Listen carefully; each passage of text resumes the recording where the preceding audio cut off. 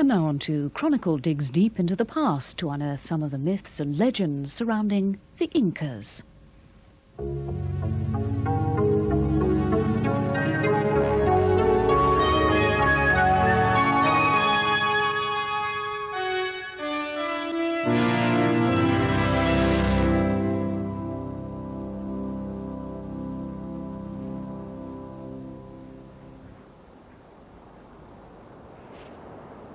It was dark, and the Creator made the sun, moon, and stars. And when the sun was ascending into heaven, very brilliant, it called to the Incas and said, "Thou and thy descendants are to be lords, and are to subjugate many nations. Look upon me as thy father, and thou shalt be my children, and thou shalt worship me as thy father." Thus it was that they were called children of the sun, and that the sun was worshipped and revered as a father.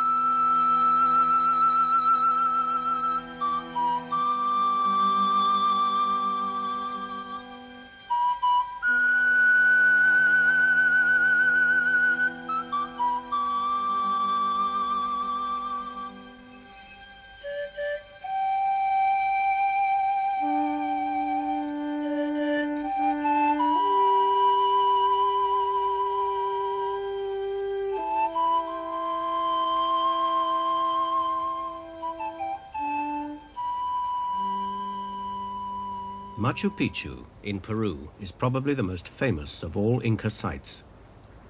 Why it was built is still a mystery. Buried for centuries beneath dense undergrowth, it was rediscovered only 70 years ago, when archaeologists were more interested in finding treasures and mummies than in analyzing the less sensational fragments of everyday life. Archaeologists now see this more mundane research as crucial in the understanding of a people. And today, they are engaged in projects which teams with no dreams of dramatic discoveries will take years to complete. What can we learn from their extraordinary road system? What were the administrative centers like which were built along them? Can the ancient agricultural system be used to rescue a once flourishing area from abject poverty? Until their discovery by the Spanish in the 16th century, the Incas were the last advanced civilization completely isolated from the rest of mankind. But what was the Inca Empire? Not just one region, but an enormous network of roads and centers which stretched thousands of miles across the Andes. There had been earlier well-organized states, but none of the size and scale of the Incas. Originally, it's thought they were one of many small mountain kingdoms, always in competition and often at war. It wasn't until about 1440 that the sudden expansion of the empire began, and in less than 100 years they had conquered multitudes of different groups. The emperor ruled from his capital of Cusco, 12,000 feet above sea level. He was the Inca, and his power was absolute. He governed through an elite or aristocracy, descendants of Inca rulers. These were the Incas. Everyone else was a mere subject, conquered people.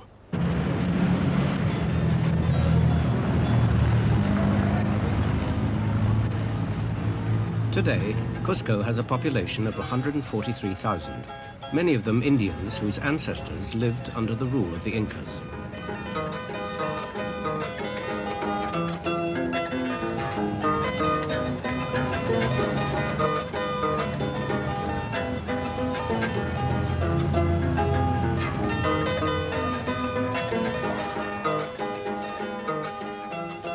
The Inca capital was destroyed in 1536, when invading Spanish forces came in search of gold.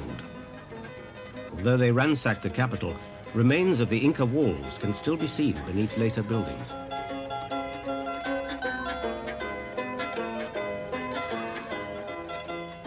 These few gold pieces are all that survive of the Incas' golden treasures.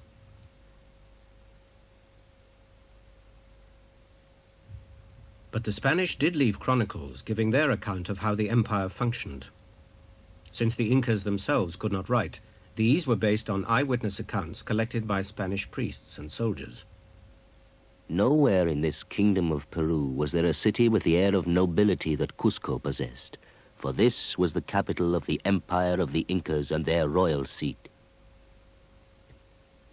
There was a good-sized square, and from this square 4 highways emerged, leading to the different provinces of the kingdom.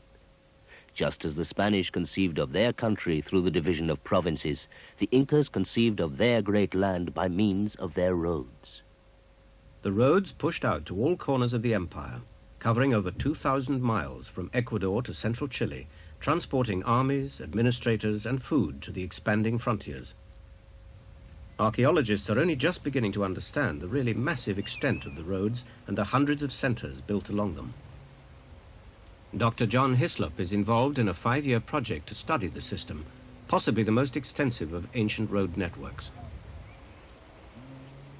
The Inca system that we know about, and that's perhaps only a small portion of what actually existed, was larger than the Roman system, and perhaps larger than prehistoric systems of roads built either in parts of Africa or in parts of China. We have a general idea of where the Inca Road passes in many areas, because in early written documents from the 16th century and the early part of the 17th century, there are lists of the way stations which were placed along the side of the Inca Road. Therefore, the ancient road which connects these way stations is very often the Inca Road. Hacia de Chincha y Real, Villa de Cañete, Mesón Real de dicha villa, Santo Domingo, Tambo Real. Hay momento, hay solo una mención para Cañete. ¿Y nada de un lateral? No hay. The objective is not to follow Inca roads and look only at the roads, but to look at the nature of the Inca remains beside the roads so as to better understand the structure of the empire. This particular site, we know from certain 16th century chronicles, was used in the conquest of a major coastal valley. And the site is really quite impressive, being almost half a mile across. And in this case, we decided to spend a bit of extra time so as to make a record of the significance of the place. In the past, there's been a general interest in studying only that which is relatively large or spectacular. But my objective is to look at the many small way stations and posts that lined the Inca roads to better understand the nuts and bolts of the administrative system.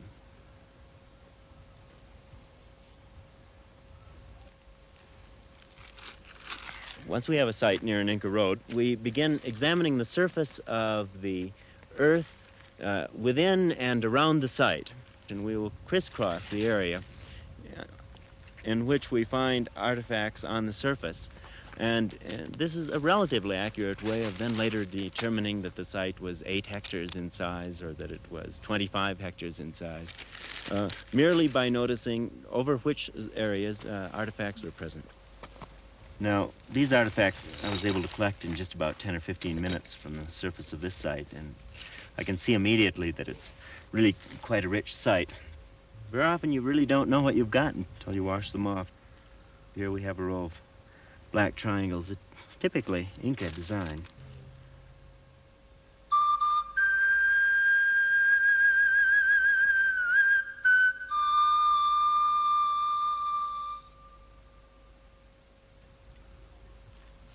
Oh, here's one. It's kind of fun.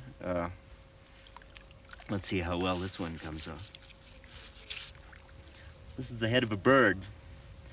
Would probably have been attached to an Inca plate. It's kind of nice looking, isn't it?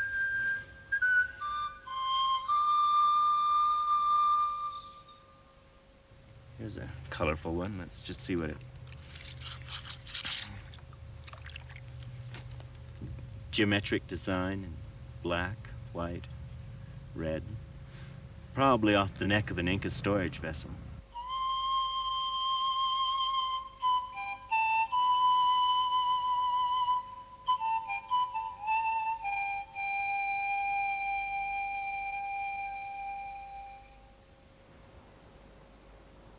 In the memory of people, I doubt there is a record of another highway comparable to this, running through deep valleys and over high mountains, through piles of snow, quagmires, living rock, along turbulent rivers.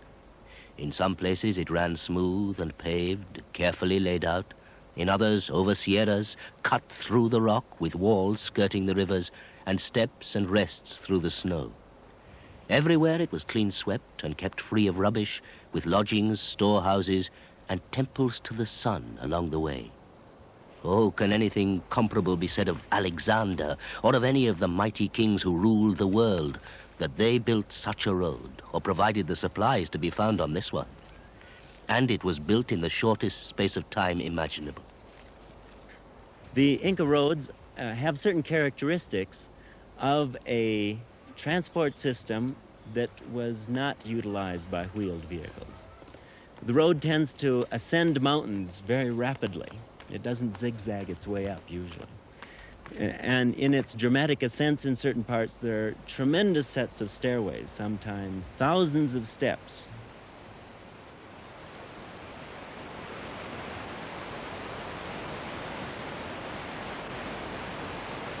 Another characteristic of the Inca roads in many sections are the Inca bridges themselves.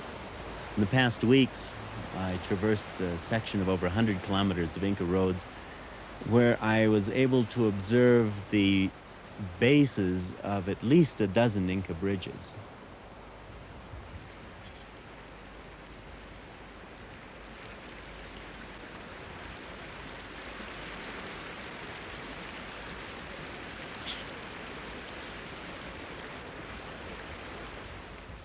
Within the Inca Empire, there existed a complex system of runners that were located every few kilometers along the roads and that would relay messages from one point to another.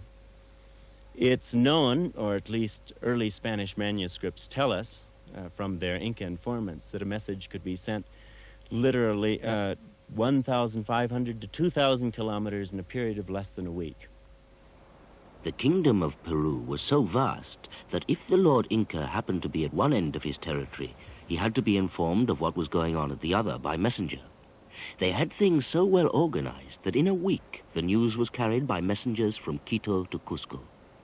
For this, every half-league they had a small house, and as soon as the news to be relayed reached it, one of the messengers set out on the run and did not stop for half a league. And before he arrived at the next house, he shouted out what had happened and was to be said. As soon as this was heard by the other, he ran another half-league with such speed that the country being as rough and broken as it is, neither horses nor mules could travel more swiftly.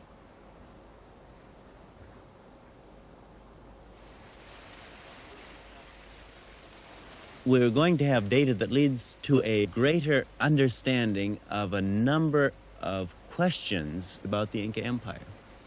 We're going to know, for example, more about the actual extent of the road system.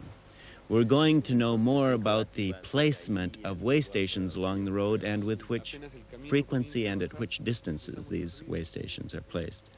We're going to know more about, well, in general, the nature of Inca administration, transport, and communication. There are other things that I think that we must study that may in the long run tell us more about Incas. The whole question of storage and the preservation of foodstuffs is extremely important. The whole question of agricultural techniques and the nature of the foot plow.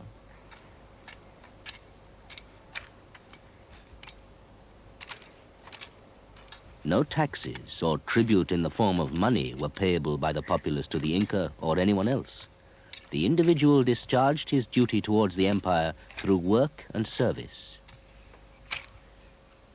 The ancient tribute was to sow crops for the Inca and for religion, and to reap them and carry the harvests to the storehouses, where there was always a superfluity. No one who was lazy or tried to live by the work of others was tolerated. Everyone had to work. Thus, on certain days, each lord went to his lands and took the plough in hand and cultivated the earth, and did other things. Even the Incas themselves did this to set an example, for everybody was to know that there should be nobody so rich that on this account he might disdain or affront the poor. And under their system there was none such in all the kingdom. For if he had his health, he worked and lacked for nothing. And if he was ill, he received what he needed from the storehouses.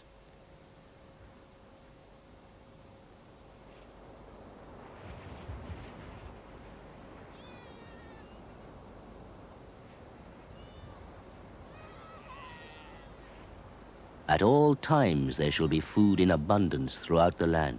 Maize, potato, yucca, and other crops shall be cultivated on a large scale. All crops, including green vegetables, shall be arranged in sequence so that the people have food to eat during the whole year. In former times, all this area was densely populated and full of cultivated fields, so many of them and so large that it was a pleasure to see, laid out as they were with broad terraces, from which ran others, with space between to plant the maize and other products they raised. This is the way they were built, clinging to the sides of the mountains. Many of these fields are planted with wheat, for it does well. At the time of the sowing, all had to be present to divide the crops. The lands belonged to the village, and he who did not work in the sowing had no share in the harvest.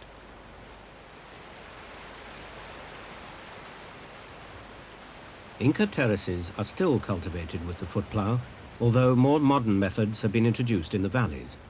Yet the overall harvest yield is small.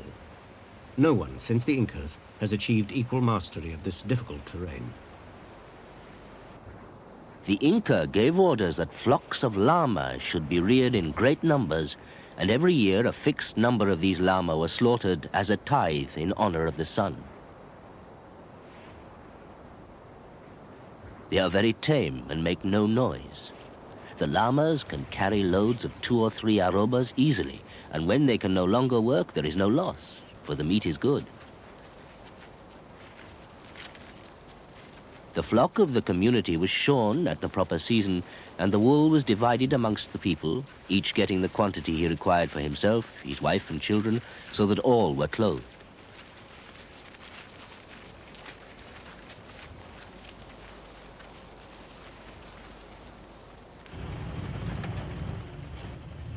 The terrain is easier terrain for people and llamas than it is for vehicles in many respects, so that I'm sure it must have been much easier for the Inca to establish their settlement up here than it has been for us to come up here and do the work. Of course, we're not used to high altitudes. We're not used to moving things back and forth great distances the way they were. For the last 10 years, Dr. Craig Morris has been making regular trips from his laboratory in Huánuco to the archaeological site high up in the Andes. It takes anywhere from 6 to 30 hours, depending on the road conditions. And one has to worry about avalanches and the usual problems of supplying a camp from some distance. It was their custom, when the Incas were making a progress through any part of this great kingdom, to travel with great pomp and style, in rich litters set upon smooth poles of the finest wood and adorned with gold and silver, in keeping with their habits, and except when it was to the state's interest, they did not travel more than 4 leagues a day. And so that there would be adequate supplies for their men, every 4 leagues there were lodgings and storehouses abundantly supplied with everything to be found in these regions. In this manner the Inca traveled through his kingdom for the time he liked, seeing with his own eyes what was taking place and ordering what he thought necessary.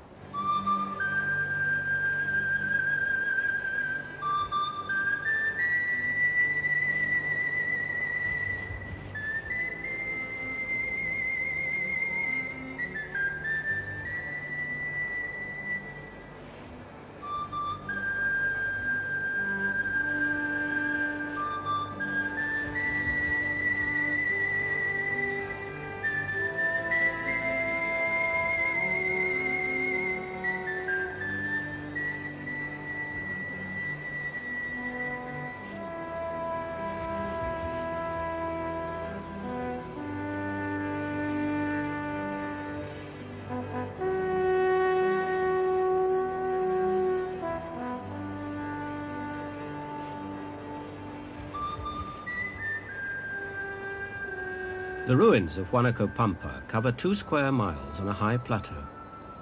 It was a major center on the Inca road running north from Cusco to Quito. Large centers like this were built about every 100 miles, with smaller ones in between. Most of the buildings are of rough stones. Only important structures had fine masonry, and excavations by Dr. Morris and his team are almost complete. Analysis of the material would take a further 2 years.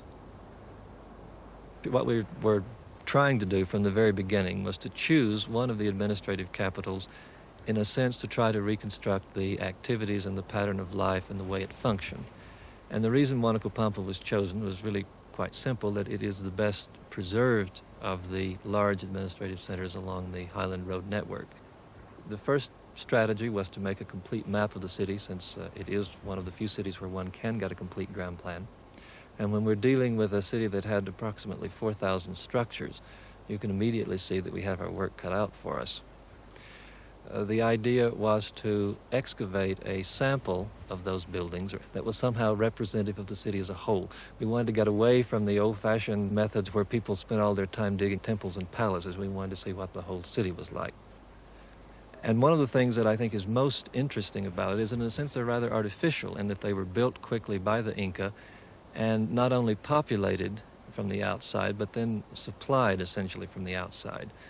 One of the basic things to understand about the organization of the empire is that most of the income, shall we say, the taxes of the Inca were collected in terms of labor.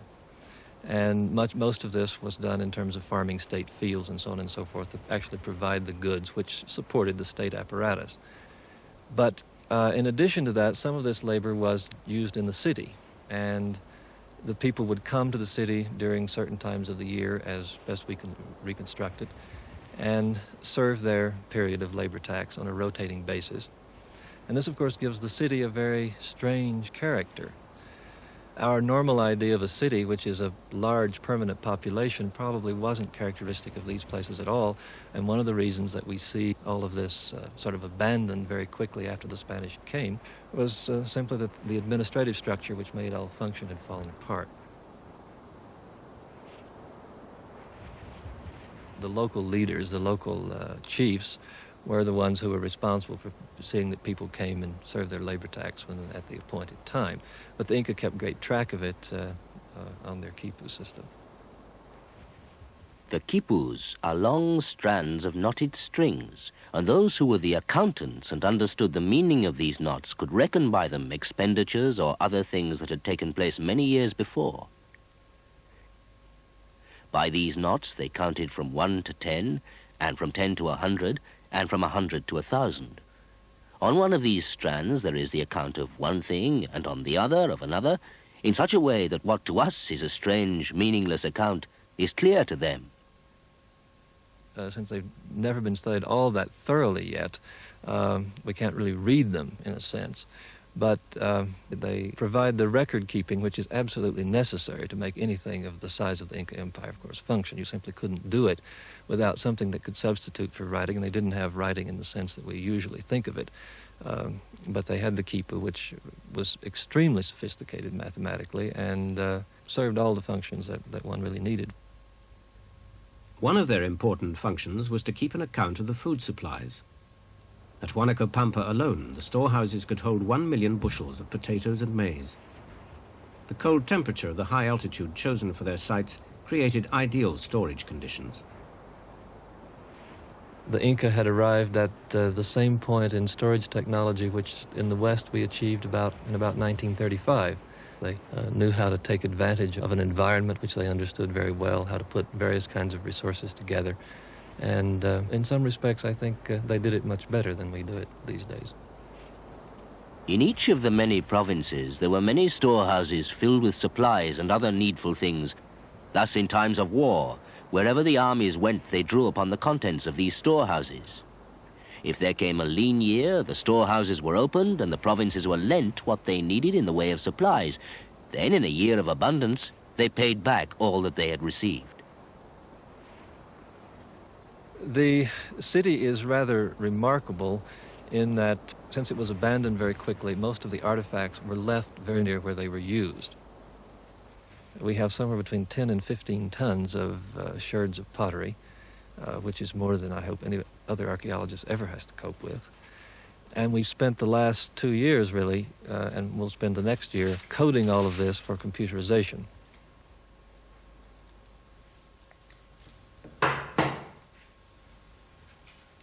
Each diagnostic sherd, a rim or a handle or some such thing, is categorized according to the vessel form, whether it came from a plate or a jar or a bowl, for example.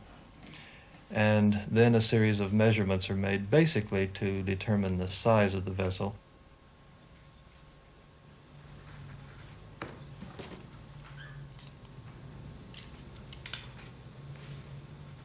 And basically what we're doing is really very simple in theory. We want to know how many plates and how many jars and how many bowls and how many cooking pots were associated with the various structures.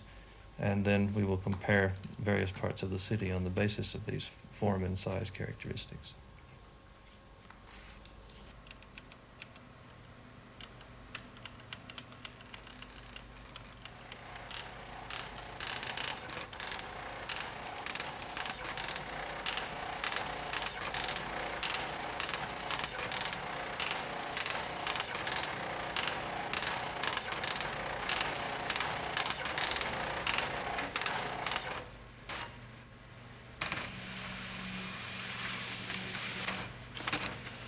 Let's see what we've got here. 93.7% jars in zone 8, which is the storage zone and is exactly what we expected.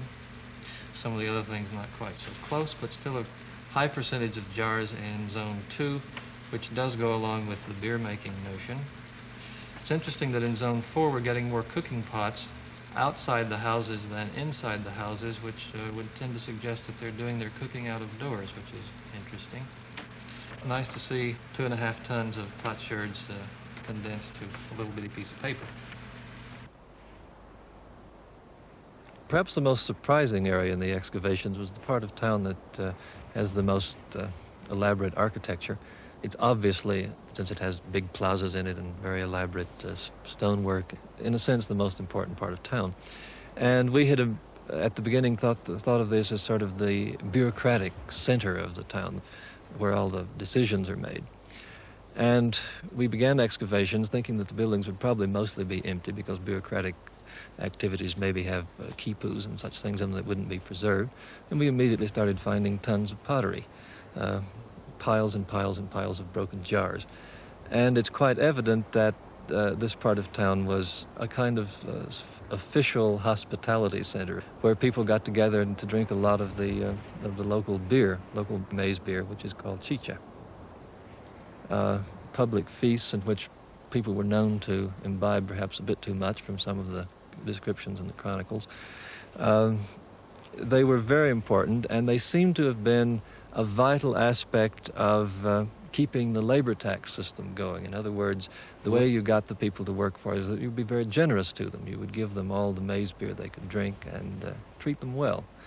And the evidence we have here suggests that they were treated quite well.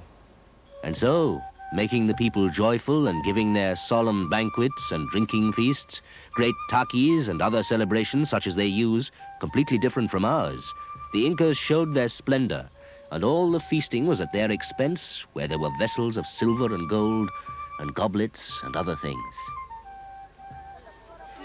When the Lord Incas ruled this kingdom, in the capitals of the provinces they had great numbers of women, known as mamacunas. They made chicha, which is the wine they drink, of which they always had great vessels.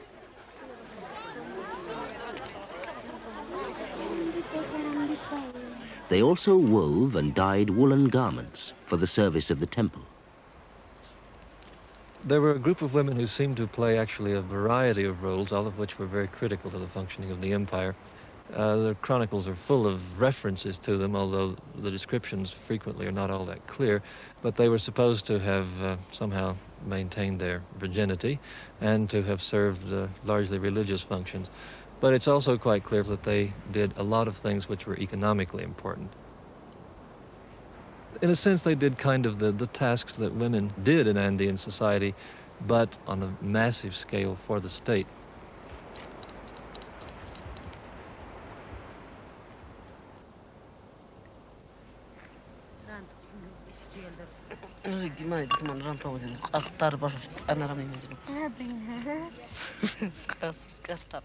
Textiles and costumes were very important. In the Andes, from extremely early periods, textiles actually predate pottery in the Andes. During the Inca period, we see the importance of textiles emphasized by the fact that people were more or less required to wear the costumes of their native area, so that if they were traveling about the realm, people would, at a glance, be able to see where they came from. The Incas ordered that the dress of each village should be different, that it might be known to what village or tribe an Indian belonged. No member of any tribe shall wear clothing different from that customarily worn in that tribe, on pain of 100 strokes of the lash. As soon as the Incas had made themselves lords of a province, they caused the natives, who had previously been widely scattered, to live in communities, with an officer over every 10, another over every 100, another over every 1,000, another over every 10,000, and an Inca governor over all, who reported upon the administration every year, recording the births and the deaths that had occurred among men and flocks, the yield of the crops, and all other details with great minuteness.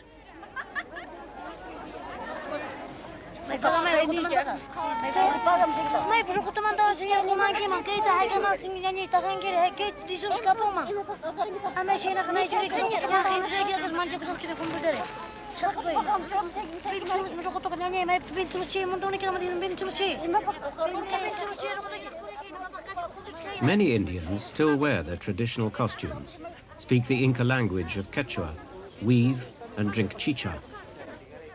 Here, a few miles from Cusco, in the village of Chinchero, a weekly market is now held in the square of the old Inca site.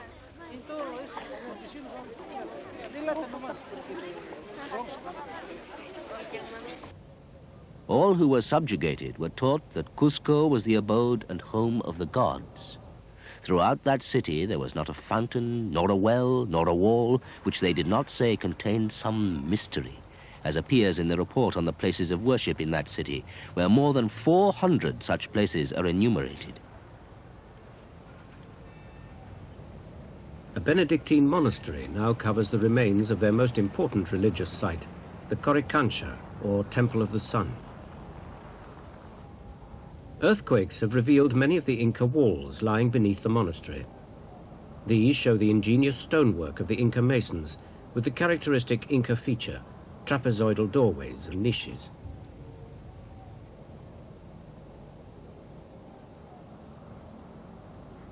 Originally, these walls were covered with gold, and in one room there was a huge golden disc representing the sun. Although the Spanish stripped the temple of its treasure, most of its walls and those of the rest of the city defied destruction. One other contribution and tribute in the time of the Incas was the demand for Indians to work at the edifices of Cusco. This work was very toilsome, for all their buildings were of masonry, and they had no tools of iron or steel, either to hew the stones out of the quarries or to shape them afterwards. All this was done with other stones, which was a labor of extreme difficulty. They did not use lime and sand, but adjusted one stone to another with such precision that the point of junction is scarcely visible.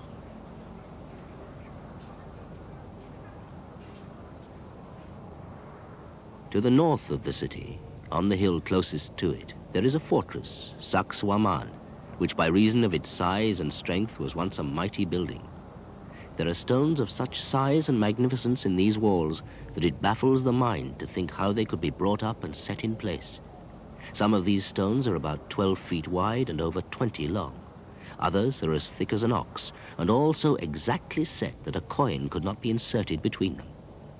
If we consider the number of times they must have fitted and taken off one stone before this accuracy was attained, an idea may be formed of the toil and of the number of workmen that was required. Cusco was the heart of the empire, and so had the most elaborate architecture. As the empire expanded, other impressive structures were built along the neighboring Urubamba Valley, leading to the most spectacular sight of all, Machu Picchu. But this site would probably never have been built had it not been for Cusichaca, just a few miles up the valley.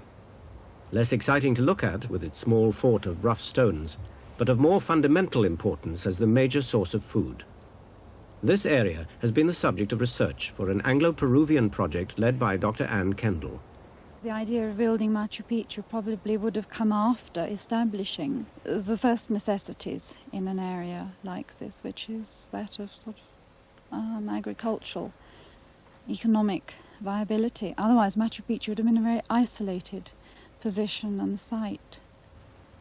Having decided that this was a prime area for agricultural development, I think perhaps a force of engineers and META was the Incas' public workforce, and sent in here, and they organised the work, building this fort, which is in a position to sort of oversee and secure an area.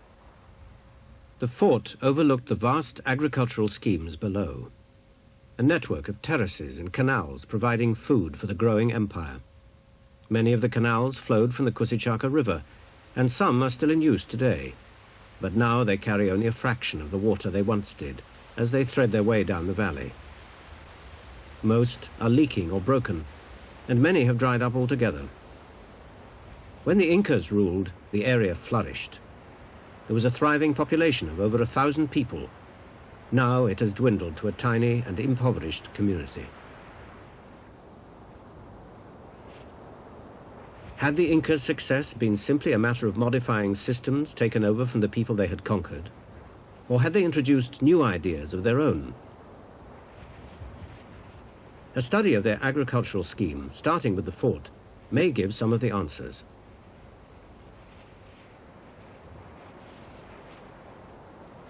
We'd like to find out what the composition, the social composition of the fort was, whether these were people, many of the military brought in from Cusco, whether the people were transplanted from another area, whether in fact there are some of our pre-Incas from this area re-housed in the fort under supervision.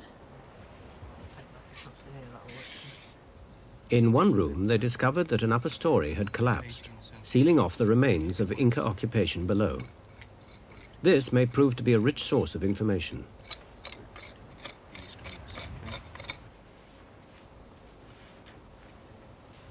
Pottery from all parts of the fort is taken down to the camp to be washed and analysed under the supervision of Sarah Lunt, who is in charge of the finds. A study of the fabric and paste of the fragments indicates that the type of pottery made before the Inca occupation continued to be made after their arrival, then gradually changed to the more standardized Inca version. This suggests that the local people did continue to live here, slowly adapting to the new order.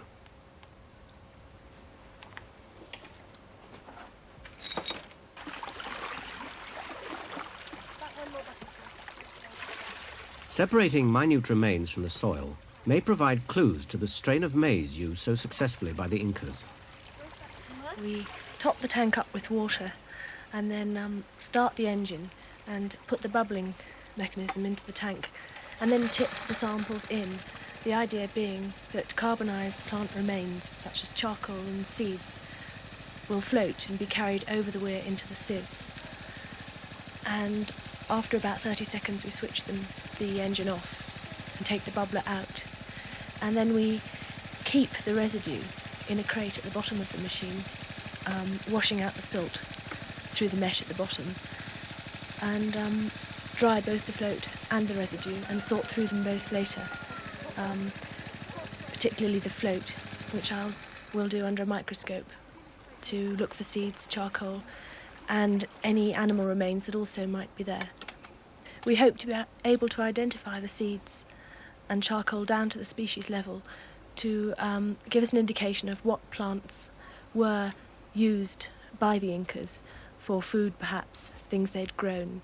And this will supplement information on the general economic activity of the people, which is produced by the finding of artefacts and pottery on the site. The research will continue for another season.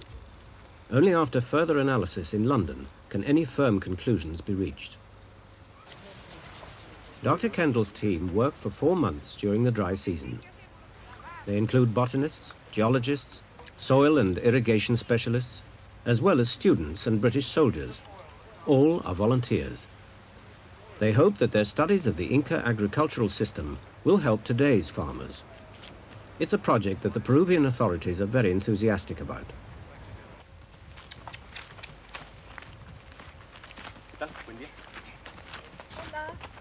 Dr. Kendall also visits local people in the area. A study of the way they live now may help in the interpretation of data emerging from the archaeological site. It does help to do an ethnographic study, i.e.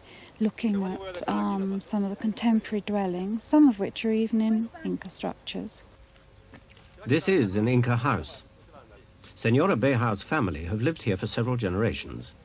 Dr. Kendall interviews Senora Beja and her daughter in a mixture of Quechua and Spanish. ¿Y qué cosa estaban recién molendo? Que se llama maíz. Maíz. Sí. Maíz, cutanata. Ah, ya. Entonces está muy cerquita de la cocina. Sí, muy cerquita. Sí. Al otro lado está cocinando tu mamá. Sí, al otro lado está cocinando. Sí, aquí tenemos apuntado entonces. Y la leña que utilizas para la cocina, ¿a dónde guarda la leña tu mamá? Abajo, en época de lluvia, acá ¿Sí? abajo metemos. Sí. La leña entonces Sí. saca usted de acá para meter allí. Sí. Ah, sí. Entonces voy a anotar aquí que moléndolo aquí. Papa piscamian. Trujillapi. Trujillapi. Ah, ya. Trujillapi. Y lisas. Lisas, mana, lisas canjo. Chilim dirbish. Trigo, trigo. Ah, trigo. Ajá, trigo de chien, sagapi. Y maíz, ¿por qué guardan ustedes maíz arriba? Maíz. Sí, por lo que está seco. Alinde. Ventilación. Alinde. Oh, they're usually very friendly. They're a bit sort of perplexed sometimes when I stare at the floor and sort of ask them how many times they brush their house out a day. Because, of course, that interests us too. The floors tend to wear away. And this tallies with some of the evidence that we find in the excavations.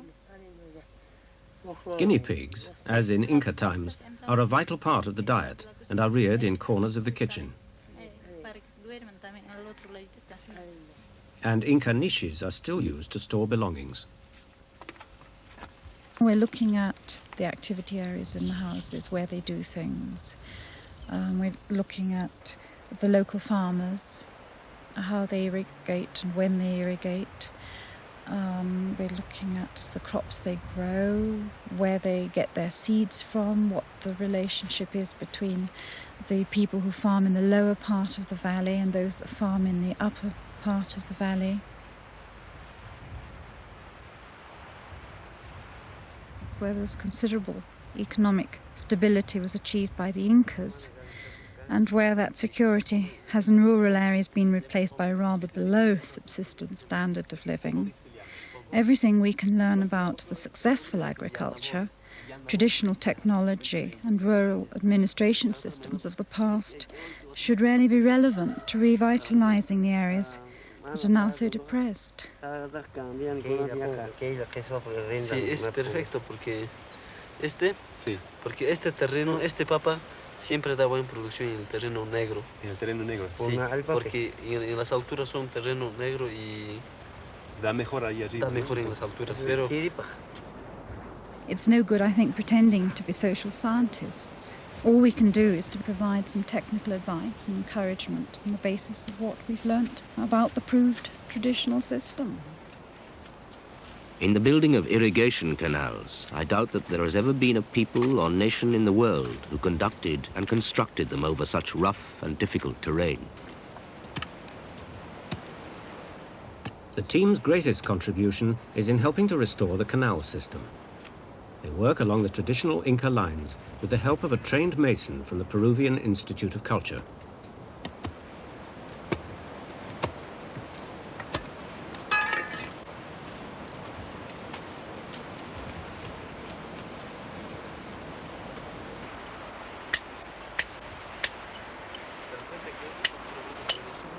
this is an Inca canal, and a couple of months ago it gave way, and the locals have shored it up with some wood.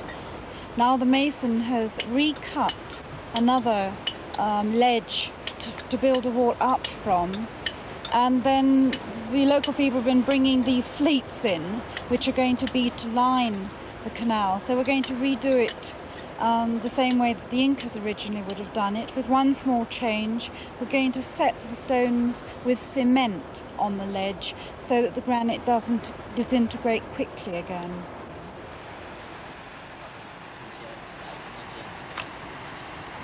Initially, I don't think they believed that anyone would be interested in putting a hand in on their work unless there was some sort of obvious reward for us. But they've got used to it now, because in '77 we corrected 2 bits of canal which had completely fallen down, and they've held up pretty well, and so they invited us in and actually sort of requested help. If they work with us on 1 or 2 of these jobs, then they can carry on doing them and maintaining the canals along the same lines.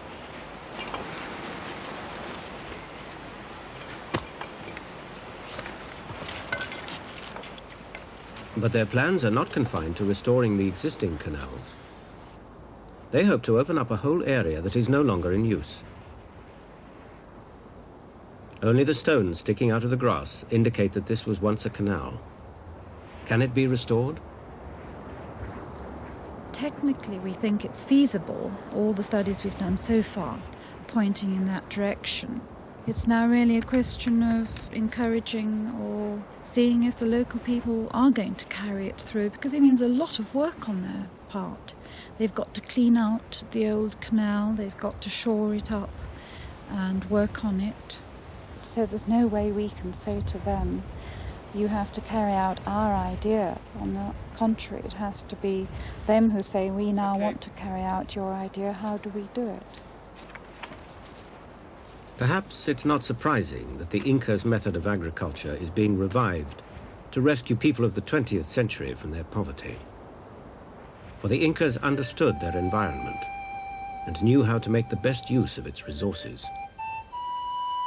In a word, the Incas did not make their conquests just for the sake of being served and collecting tribute. In this respect, they were far ahead of us, for with the order they introduced, the people throve and multiplied, and arid regions were made fertile and bountiful.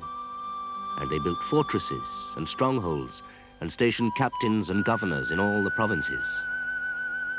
They did great things and governed so well that few in the world excel them.